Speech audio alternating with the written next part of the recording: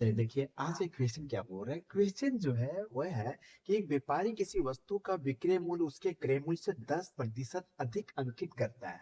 वह उस वस्तु पर कुछ छूट देता है और कुल 1% का नुकसान उठाता है। तो बोला गया है कि दी गई छूट का दर क्या है ना। तो यहाँ जो क्वेश्चन है उसको आप ध्यान से देखेंगे कि जो व्यापारी है वो किसी वस्तु के विक्रय मूल्य उसके क्रय मूल्य से 10% अधिक अंकित करता है। मतलब मान लीजिए कि सीपी आपका 100 रुपया है, तो एमआरपी कितना है, 10% अधिक अंकित करता है। एमआरपी को ही अंकित मूल्य बोलते हैं। तो 110 रुपया समझ आया। उसके बाद भी उसे 1% का नुकसान उठाना पड़ जाता है। तो 1% का नुकसान किस पर होता है, सीपी पर होता है। क्रय मूल्य पर ही हमको फायदा या फिर घाटा होगा, है ना। तो मतलब जो बेचा वो कितने में बेचा, 99 रुपया में बेचा है। कितने में बेचा हुआ, 99 रुपया में। तभी उसको 1% का क्या हुआ, हानि हुआ।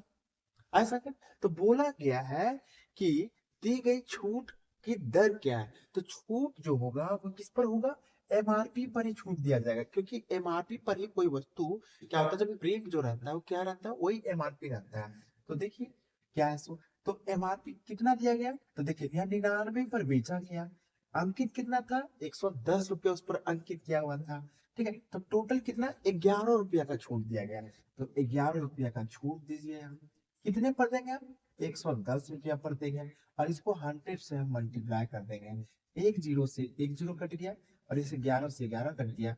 मतलब 10% का क्या था, वह छूट था। आए समझ में।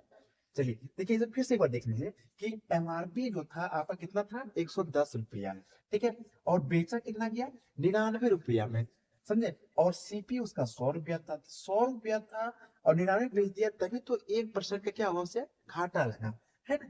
तो 110 रुपया एमआरपी था, 99 बेच दिया गया। मतलब छूट कितना मिला, 11 रुपया की छूट मिला। तो कितने पर 11 रुपया की छूट मिला, 110 पर। इसलिए 11/110 गुना 100 लिखेंगे। एक जीरो से जीरो कट गया, 11 से 11 गुना कट गया, बचा 10 मेरा, वही 10% आपका आंसर है, जो कि ऑप्शन नंबर सी है।